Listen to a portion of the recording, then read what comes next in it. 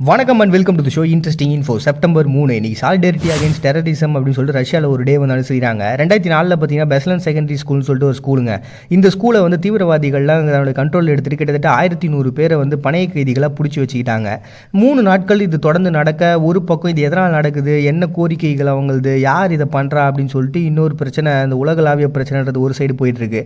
இன்னொரு பக்கம் மீடியாக்கள் வந்து இது இதனால தான் நடந்திருக்கும், இது இந்த மாதிரிலாம் போச்சு அப்படின்னு சொல்லிட்டு இன்னும் அதில் கண்ணு காது மூக்கெல்லாம் வச்சு பேசுவாங்களா, அந்த மாதிரி ஏகப்பட்ட கதைகளையும் நிறைய விஷயங்களையும் போட்டு குழப்ப ஆரம்பிச்சிட்டாங்க. 3வது நாள் என்ன பண்ணிட்டாங்கன்னா, ரஷ்யா படைகள் அவங்க தாக்குதல் நடத்த ஆரம்பிச்சிட்டாங்க. ஸோ கிட்டத்தட்ட அந்த ஃபஸ்ட்டு ஸ்டார்ட் பண்ண ஒரு குண்டுவெடிப்பிலே பார்த்தீங்கன்னா ஒரு 160 பேர் இறந்து போனாங்க. அதுக்கப்புறம் ஒரு 156 குழந்தைகள் உட்பட கிட்டத்தட்ட 396 பேர் வந்து இறந்து போனாங்க அந்த ஸ்பாட்டில், அந்த பணை கைதிகளாக இருந்தவங்க. அதோட சேர்த்து 27 டெரரிஸ்ட்டும் இறந்து போனாங்க. ஸோ ஒரு பக்கம் பார்த்தீங்கன்னா இது எதனால் உருவாச்சு, எதனால் இந்த ப்ராப்ளம் சொல்லிட்டு அதுக்கப்புறம் நடத்தப்பட்ட விசாரணைகளில் இது வந்து செச்சினோவியர்களால் வந்து அவங்களுக்கு தன்னாட்சி, ஏன்னா இது அந்த பகுதியில் தான் இருக்குது, செச்சினோவான்றது ஒரு பிளேஸு, அவங்க ஒரு தன்னாட்சி பிளேஸ்ன்றது தனக்கு சுதந்திரம் வேணுன்ற ஒரு கான்செப்டை முன் வச்சு தான் பண்ணுறாங்க, அதை ஆதரிக்கக்கூடிய குழுக்களால் உருவாக்கப்பட்டது அப்படின்னு சொல்லிட்டு ஒரு கதை போச்சு. அண்ட் இன்னொரு பக்கம் இது அல்கொய்தா தான் பண்ணாங்க அப்படின்ற கான்செப்ட் போச்சு. அதுக்கப்புறம் அதில் தீவிரவாதிகளில் உயிர் பழச்ச ஒருத்தரை வந்து விசாரிக்கும்போது நூர் பாஷி அப்படின்ற பர்சனு அவரை விசாரிக்கும் போது இது வந்து ஒரு மத கலவரங்களை உண்டாக்குறதுக்காக தான் நாங்கள் பண்ணது அப்படின்ற மாதிரி நிறைய தகவல்கள் இதை சுற்றி உலா வந்துட்டே இருக்குது. பட் இப்போ வரைக்கும் அது முழுமையான கான்செப்ட் என்னன்றது சீக்ரெட்டான ஒரு விஷயமாக தாங்க இருக்குது. சரி, இது நிறைய பேர் என்ன பண்ணாங்கன்னா, இவங்க இதுக்கு முன்னாடி இந்த பிளேஸுக்கு வந்துருக்கிறாங்க, இந்த ஸ்கூலெல்லாம் வந்து க்ளீன் பண்ணுறது, பெயிண்ட் அடிக்கிறது, இந்த மாதிரியான வேலைக்கு தான் வந்து இந்த ஆயுதங்கள்லாம் உள்ளே கொண்டு வந்துருக்கிறாங்க. ஸோ இதுக்கு பின்னாடி பெரிய ஒரு லெவலில் ஏதோ ஒரு கான்செப்ட் இருக்குது அப்படின்னு சொல்லிட்டு அது சம்மந்தமான கேள்விகள் போச்சு. ஏன்னா அடியில் வந்து சுரங்கங்களை தோண்டி அது மூலமாக உள்ளே வந்தாங்க அப்படின்னு சொல்லிட்டு நிறைய கட்டுக்கதைகளையும் குழப்பங்களையும் அந்த பகுதியில் அது ஏற்படுத்த ஒரு கட்டத்தில் அந்த 3 நாள் முடிவில் உள்ள இராணுவ படைகளை இறங்கி இந்த பெரிய லெவலில் அந்த பிரச்சனையை வந்து ஸ்டாப் பண்ணி முடித்தாங்க. ஸோ இதில் இறந்து போனவங்க பார்த்திங்கன்னா கிட்டத்தட்ட 396 பேர், அங்கே இருந்த குழந்தைங்க உட்பட. ஸோ இவ்வளோ பெரிய இழப்பு அப்படின்றது ரஷ்யாவுக்கு ஒரு பெரிய வேதனையும் சோகத்தையும் உருவாக ஆரம்பிச்சிருச்சு. அண்ட் ஒரு பக்கம் இதுனா, இன்னொரு பக்கம் வந்து டெரரிஸ்ட்க்கு இதுக்கப்புறம் எப்படி வந்தாலும் ஒரு நாட்டை எந்த விதத்திலும் நம்மளால் அஃபெக்ட் பண்ண முடியாதுன்ற அளவுக்கு பயத்தையும் ஏற்படுத்த ஆரம்பிச்சிச்சு.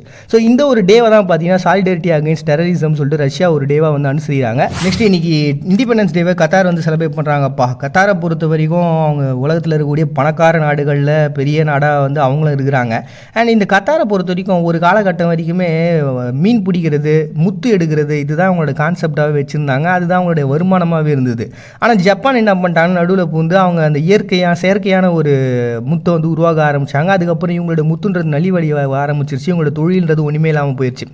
அதுக்கப்புறம் 1940 தான் பார்த்தீங்கன்னா இந்த பகுதிகளில் எண்ணெய் வளங்குறதுன்றது கண்டுபிடிச்சதுக்கப்புறம் நாடு பயங்கரமான டெவலப்மெண்ட்டு உருவாக ஆரம்பிச்சிது. 19ஆம் நூற்றாண்டு வரைக்கும் பார்த்திங்கன்னா ஒட்டமோன் பேரரசோட கண்ட்ரோலில் இருந்தாங்க.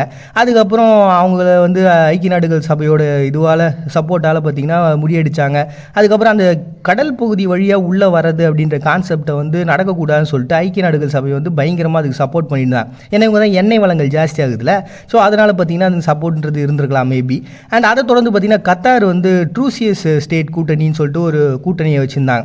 ஸோ இதன் மூலமாக பார்த்தீங்கன்னா இவங்களுக்கு கலாச்சாரம், இவங்களோட ஒத்துமையாக இருக்கக்கூடிய பல பகுதிகள் எல்லாம் ஒன்றா சேர்ந்து அந்த கூட்டணி இருந்தாங்க. பட் ஆனால் அந்த கூட்டணியும் ரொம்ப நாள் நிலைக்கல, அதுவும் விலைக்கு போயிடுச்சு. அதை தொடர்ந்து பார்த்தீங்கன்னா 1971 ஐக்கிய நாடுகள் சபைகிட்ட இருந்தும் அவங்க சுதந்திரப்பட்டு தனியாக ஒரு நாடுன்ற ஒரு இமேஜை கிரியேட் பண்ணிக்கினாங்க. அதை தொடர்ந்து 1974 பார்த்தீங்கன்னா அவங்க இன்னும் பயங்கரமாக டெவலப் ஆக ஆரம்பிச்சிட்டாங்க. மற்ற எல்லா விஷயங்களும் உங்களுக்கு தெரிஞ்ச ஒரு கான்செப்ட் தான். அண்ட் இதில் என்ன ஒரு பெரிய சூப்பரான கான்செப்ட்னா 2017 கணக்குப்படி கிட்டத்தட்ட 2.3 மில்லியன் மக்கள் வெளிநாட்டிலேருந்து வந்து வேலை செஞ்சுருக்கிறாங்களாம். அப்போ பார்த்துங்க அவங்க நாடு எப்படின்னு. ஏன்னா உள்ளூர்லேயே மொத்தம் 3,13,000 பேர் தான்.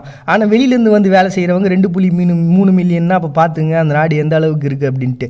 ஸோ அவங்க நாட்டை பொறுத்த வரைக்கும் பார்த்தீங்கன்னா எப்படி இந்த எண்ணெய் வளங்கள் ஒரு நாள் தீர்ந்து போயிடும். ஸோ அதனால் அவங்க என்ன பண்ணுறாங்கன்னா எம்என்சிக்காகவும் எஜுகேஷன்லையும் நிறைய கான்சன்ட்ரேஷன் பண்ணி அதில் என்னென்னலாம் டெவலப் பண்ணலாம் அப்படின்னு சொல்லிட்டு அதை பற்றியான முழுமையான தீவிரத்தோடு தான் செயல்பட்டுருக்கிறாங்க. ஸோ எதிர்காலத்தை பற்றியான நிறைய ஒரு நோக்கங்களோடு தான் அவங்க இருக்கிறாங்க. ஸோ அப்படிப்பட்ட ஒரு நாட்டில் ஐக்கிய நாடுகள் சபையிலேருந்து ஒரு முழுமையான விடுதலைன்றது அவங்களுக்கு கிடைச்சது. அதுதான் இண்டிபெண்டன்ஸ் டே அப்படின்னு சொல்லிட்டு கத்தார் செலிப்ரேட் பண்ணுறாங்க செப்டம்பர் 3.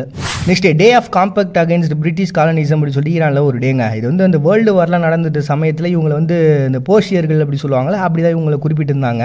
ஸோ அதுதான் ஈரான் சொல்லிட்டு இப்போ நம்ம மாறி இருக்கிறோம். ஸோ இந்த போர்ஷியர்களாக இருந்தவங்க வந்து பார்த்திங்கன்னா இந்த வேர்ல்டு வாரில் யாருக்கு சப்போர்ட்டாக இருக்கிறீங்க அப்படிங்கிறத அவங்க நடுநிலையான ஒரு விஷயத்தில் தான் வகிச்சிருந்தாங்க. ஒரு கட்டத்துக்கு அப்புறம் பிரிட்டிஷ் ரஷ்யாவுடைய மாநாடு நடந்ததுக்கப்புறம் என்ன பண்ணிட்டாங்கன்னா இவங்களை வந்து ஒரு 3 பகுதிகளாக பிரிச்சிட்டாங்க. அதாவது இவங்களுக்கு சப்போர்ட்டு அவங்களுக்கு சப்போர்ட்டு, அப்படி இல்லாட்டி நடுநிலை அப்படின்னு சொல்லிட்டு அந்த இடத்துல தன்னுடைய காலனிகளை உள்ளே வர வச்சாங்க. ஸோ இப்படி பிரிட்டிஷ்காரங்க ரஷ்யாவும் வந்துட்டு எங்களுக்கு சப்போர்ட்டாக இருக்கிறவங்களாம் எங்கள் பக்கம் இருக்கிறாங்க கொஞ்சம் பேர் அப்படின்ற ஒரு கான்செப்டில் தான் உள்ள காலனியாக வந்தாங்க. ஆனால் இதை பார்த்துட்டு இருந்தவங்களுக்கு இது ஏதோ தப்பாக இருக்குது, நம்ம தான் யாருமே எந்த சப்போர்ட்டும் பண்ணாமல் நடுநிலையாக இருக்கும்னு சொல்லிட்டு, ஆனால் ஏன் இவங்க இது கொஞ்சம் பேர் நமக்கு ஆதரவு தராங்கன்ற மாதிரிலாம் உள்ளே வராங்க, இந்த காலனிகள் உள்ளே வர்றது சரியில்லையே அப்படின்னு சொல்லிட்டு அலி டெல்வேரி அப்படின்ற பர்சன் என்ன பண்ணிட்டாரு, அவங்களோட சம்மந்தப்பட்டவங்களோட சேர்த்து அந்த காலனிகளை எதிர்க்க ஆரம்பிச்சார். ஸோ முறையாக அந்த ஒரு தாக்குதல்ன்றதை அவர் பண்ண அந்த சமயத்தில் வந்து பார்த்தீங்கன்னா அந்த ஜூலை 12 அந்த தாக்குதல்ன்றது முறியடிக்கப்பட்டது. அதை தொடர்ந்து மறுபடியும் 1915 இந்த செப்டம்பர் 3 ஒரு தாக்குதல் நடத்தப்படுது. இதுக்கு வந்து ஜெர்மனோட சப்போர்ட்டும் கிடச்சிது அவங்களுக்கு. அதன் மூலமாக நடந்த அந்த ஒரு போரில் வந்து பார்த்தீங்கன்னா இந்த அலி டெல்வாரின்ற பர்சனும் இறந்து போயிட்டாங்க. ஸோ அதோடு சேர்ந்து நிறைய பேரும் இதுக்காக உயிர் விட்டாங்க. ஸோ அவங்களுடைய அந்த தியாகத்தை நினைவு கூர்றதுனால தான் பார்த்தீங்கன்னா day of combat against British colonialism அப்படின்னு சொல்லிட்டு ஈரானில் ஒரு டே வந்து அனுசரிக்கிறாங்க செப்டம்பர் 3. நெக்ஸ்ட் ஜாம்பியாவில் இன்னைக்கு லேவி மௌனசவாசா டே அப்படின்னு சொல்லிட்டு ஒரு டேங்க. இந்த பர்சனுடைய பேர் தான் இது. இவர் வந்து 2001 பார்த்தீங்கன்னா கிட்டத்தட்ட 29% வாக்கோட இந்த ஜாம்பியாவை தன்னுடைய கண்ட்ரோலில் வச்சு ஜனாதிபதியாக மாறினார். அதை தொடர்ந்து மறுபடியும் 2006 பார்த்தீங்கன்னா மறுபடியும் ஒரு வெற்றின்றது கிடச்சிது. இவங்க நாட்டை பொறுத்த வரைக்கும் ஜாம்பியாவை பற்றி நம்ம நிறைய டைம் பார்த்துருப்போம். ரொம்ப ஏழ்மையான நாடுகளில் ஒன்று. இவங்க ஒரு நாளோட சாப்பாடு ஒரு பர்சனுடைய ஆதாரம்ன்றதே பார்த்தீங்கன்னா $1 அளவுக்கு தான் அவங்களுடைய வாழ்க்கை முறைன்றது போயிட்டு இருந்தது. ஸோ இவர் வந்ததுக்கப்புறம் எதனால் இவர் டேவை வந்து இவ்வளோ ஸ்பெஷலாக கொண்டாடுறாங்கன்னா, இவர் 3வது ஜனாதிபதியாக அந்த பர்சனு. இவர் வந்து சமையலில் இந்த ஊழலுக்கு எதிராக வந்து பார்த்தீங்கன்னா பயங்கரமான நிறைய சப்போர்ட்டை கொடுக்க ஆரம்பித்தார். இதனாலேயே வெளிநாட்டிலேருந்து நிறைய பேர் வந்து முதலீடு பண்ணலாம் அப்படின்னு சொல்லிட்டு வந்தாங்க. பட் பெரிய லெவலில் முதலீடு இல்லைனாலும் அது ஒரு முதன்மையான ஒரு காரணமாக இருந்தது. பட் ஆனால் அப்படி இந்த பர்சனோட இறப்புக்கு அப்புறம் பார்த்தீங்கன்னா மறுபடியும் அவங்க டவுனாக போயிட்டாங்க. ஸோ அவங்க நாட்டோட வளர்ச்சிக்காக தன்னுடைய வாழ்நாள் ஃபுல்லாக வேலை செஞ்ச ஒரு பர்சன் அப்படின்னு சொல்லிட்டு அவர் நினைவு கூறணுன்றனால தான் பார்த்தீங்கன்னா இன்றைக்கி வந்து ஜாம்பியாவில் லேவி மௌனசவாசா டே அப்படின்னு சொல்லிட்டு ஒரு டேவை வந்து அனுசரிக்கிறாங்க செப்டம்பர் 3. நெக்ஸ்ட்டு டொக்கியாலோ டே அப்படின்னு சொல்லிட்டு ஒரு டேங்க. இந்த டொக்கியாலோ அப்படின்றது ஒரு பிளேஸ் தாங்க. இது வந்து அமெரிக்காவுக்கும் நியூசிலாந்துக்கும் நடுவில் இருக்கக்கூடிய பிளேஸு. இது யாருக்கு சொந்தம், 2 பேரும் பிரித்து ஆண்டுக்கலாமா அப்படின்ற ஒரு பேச்சுவார்த்தைலாம் வட அதுக்கப்புறம் ஒப்பந்தத்தையும் போட்டாங்க. அதன் மூலமாக 1983 ஒப்பந்தங்கள்ன்றது போடப்பட்டு சமோவான்ற பிளேஸ் வந்து அமெரிக்காவுக்கு சொந்தமாகவும் மற்ற பகுதிகள்லாம் நியூசிலாந்துக்கு சொந்தமாகவும் மாறிச்சு. அப்படி பிரித்து எடுத்துக்கிட்ட அந்த நாளை தான் பார்த்தீங்கன்னா ஒப்பந்தங்கள் போடப்பட்ட நாளை தான் இன்றைக்கி வந்து டொக்கியாலோ டே அப்படின்னு சொல்லிட்டு ஒரு டே வந்து சர்வே பண்ணுறாங்க செப்டம்பர் 3. நெக்ஸ்ட் இன்றைக்கி வேர்ல்டு வார் 2னுடைய இது ஆல்ரெடி நம்ம பார்த்துருப்போம். ஒவ்வொரு சமயங்கள்லையும் வந்து பார்த்திங்கன்னா அந்த டேட்டுன்றது மாறிட்டே இருக்கும். ஒவ்வொரு பகுதிகளுக்கு போய் சேர்ந்த அந்த கான்செப்ட்டு அண்ட் ஆவணங்கள்லாம் முறையாக வந்து சைன் பண்ணி இதுக்கப்புறம் நாங்கள் சரணடைஞ்சிட்டோம் அப்படின்னு சொல்லுறது ஒவ்வொரு பிளேஸ்லையும் வந்து அந்த டேட்டுங்கள்ன்றது மாற தான் செய்யும். ஸோ இன்றைக்கி வந்து பார்த்திங்கன்னா ரஷ்யா அண்ட் ஜப்பானில் அந்த சரணடைஞ்ச ஒரு அனுசரிப்பு அப்படி இப்படின்னு சொல்லிட்டு நிறைய பகுதிகளில் அந்த வார் ஃபினிஷ் ஆன டே வந்து செலிப்ரேட் பண்ணுறாங்க. அதுதான் இன்றைக்கி வேர்ல்டு வார் ஃபினிஷ் அப்படின்னு சொல்லிட்டு ஒரு டேவாகவும் வச்சுருக்கிறாங்க செப்டம்பர் 3. இதுதான் கலாச்சாரம், இதுதான் நம்ம சமூகம், இதுதான் நம்ம மதிப்பு, இப்படி வாழ்ந்தால் தான் சந்தோஷமாக இருப்போம், இதுதான் நம்மளை சிறந்தவனாக மாற்றோம் அப்படின்னு பல திணிப்புகளை வச்சுட்டு இது சுதந்திரமான நாடுன்னு சொன்னால் எப்படிங்க ஏற்றுக்கிறது? மறுபடியும் எல்லாரும் நாளைக்கு வந்து சந்திக்கிறாங்க. அவங்க பாண்டிய நீங்கள் பார்த்துட்டு இருக்கு இந்த நிகழ்ச்சி இன்ட்ரெஸ்டிங் இன்ஃபோ.